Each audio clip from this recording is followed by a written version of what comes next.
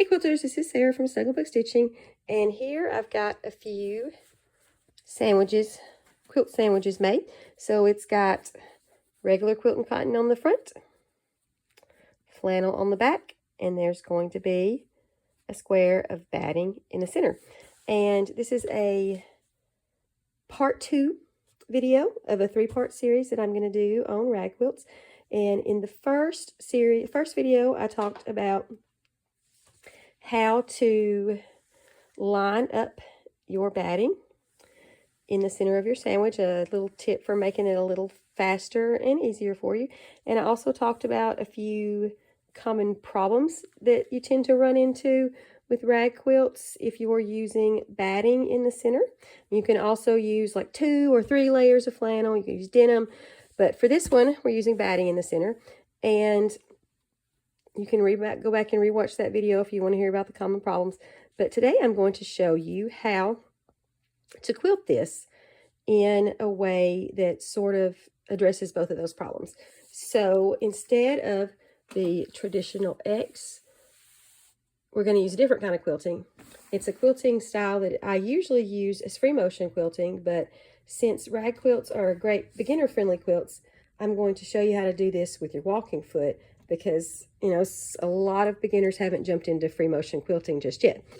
So one thing about the traditional X quilting, so you just quilt an X on your rag quilt squares, is that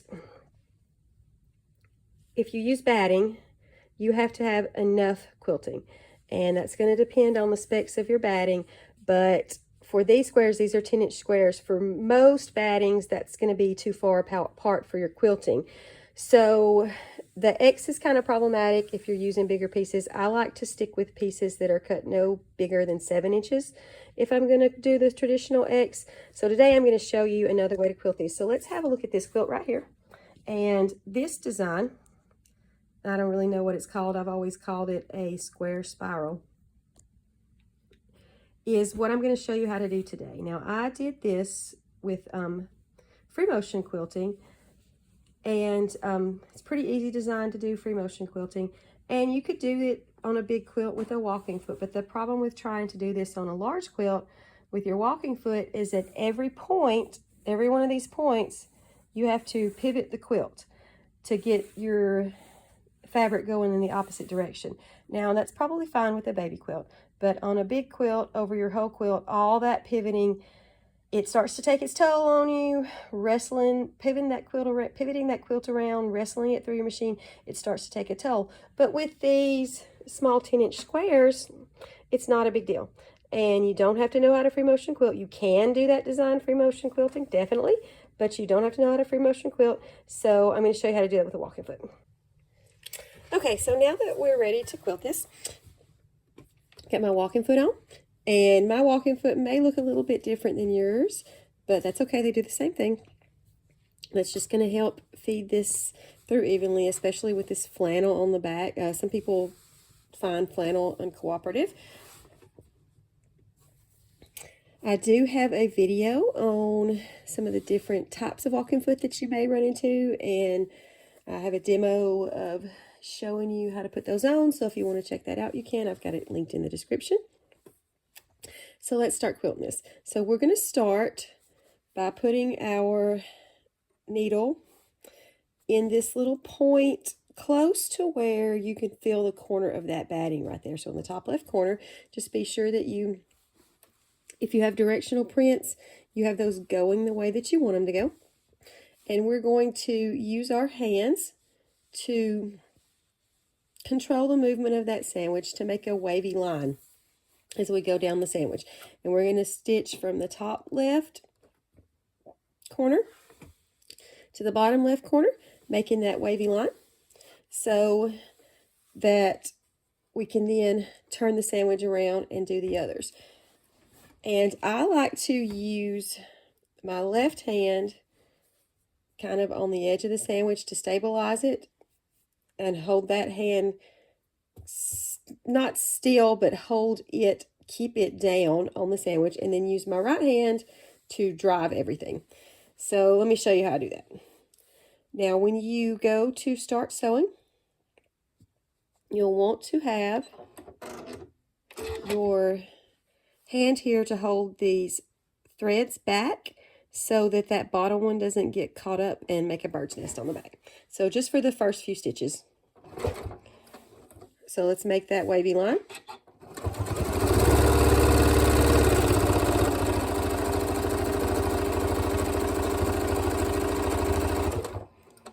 And we're going to hug this edge here, the edge where you feel the edge of the batting. We're going to stay really close to that with our curve. And when we get to the edge, we'll raise that foot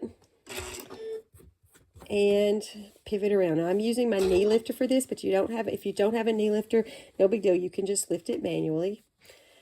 And we're going to go and do that same thing for the first 3 sides, and then I'll meet you back here. Now that we have our wavy line on the first 3 sides, we're going to pivot the sandwich again. And this time we're going to sew close to that first line we made, but we're going to stop about 1 inch above that. And you can just eyeball it.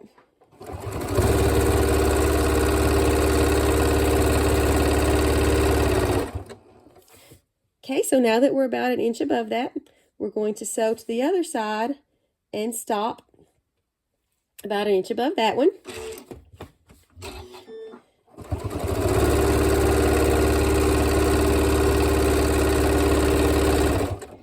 So I've stopped about 1 inch above this stitch line here, and we're going to keep doing that all the way into this quilt until we get to the center. All right, so now that we are in the center, we're going to raise that foot and pivot. Now you're going to sew to the inside of these lines you've already made. You could sew to the outside, but it's probably going to be easier for you to sew to the inside. Plus, you may not have very much room to the outside without getting into what's going to be the seam allowance for this rag quilt. So we're just going to echo the lines that we already have. It does not have to be perfect, and you can just go as slow as you need to. Since you are using your walking foot, you don't have to worry about your speed affecting the stitch lengths. So you can see I'm just going to follow these lines. Just echo them. It doesn't have to be perfect.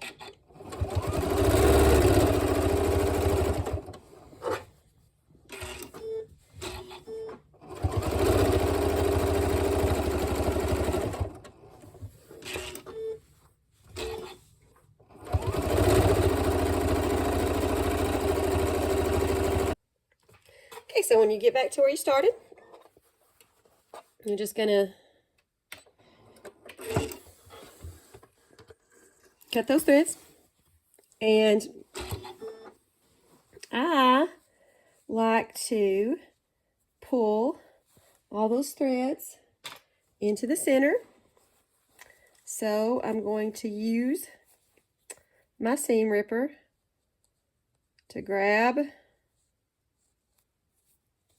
those loops, pull that into the center, and then we'll do that until we get all 4 of them pulled into the center. And what that's going to do is it's going to bury those threads for you.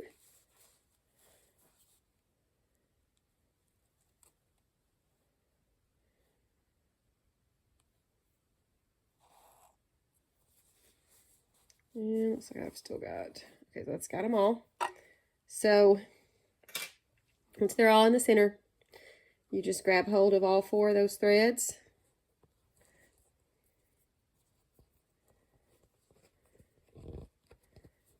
And tie them.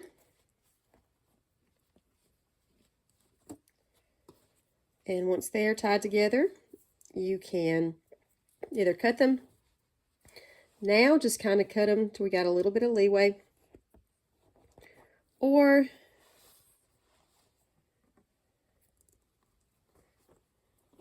you can just wait until you go to cut your string, snip your edges to get that fray, and then you can clean up these long threads then.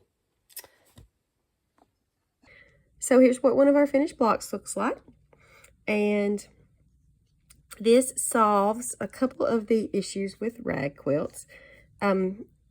With cutting the batting 1 inch smaller than your squares, like you would usually do for rag quilts, if you go to sew these together, if you catch the batting in that seam allowance, you're going to have some of it sticking out in between the fray. Not a terribly big deal. You can always cut that down, but it takes extra time, and you're likely to cut through your quilt if you do that. But if you don't catch the batting with the traditional X that you would normally quilt on these, then that edge of that batting is going to wad up in to the quilt. So this design solves both of those problems. We could cut the batting a little bit smaller. So these are 10-inch squares for the front and the back, and I cut the batting at 8.5. So that makes it so that when I sew these together, I can miss that batting, not have it sticking out in my fray.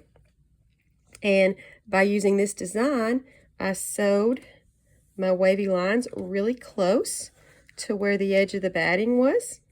So there's not going to be a lot of rolling up in there. So the batting won't roll up and wad up in there very much. So I hope you like this, and I hope you'll catch the next video where I show you how to sew the rag quilts together and clip the seams.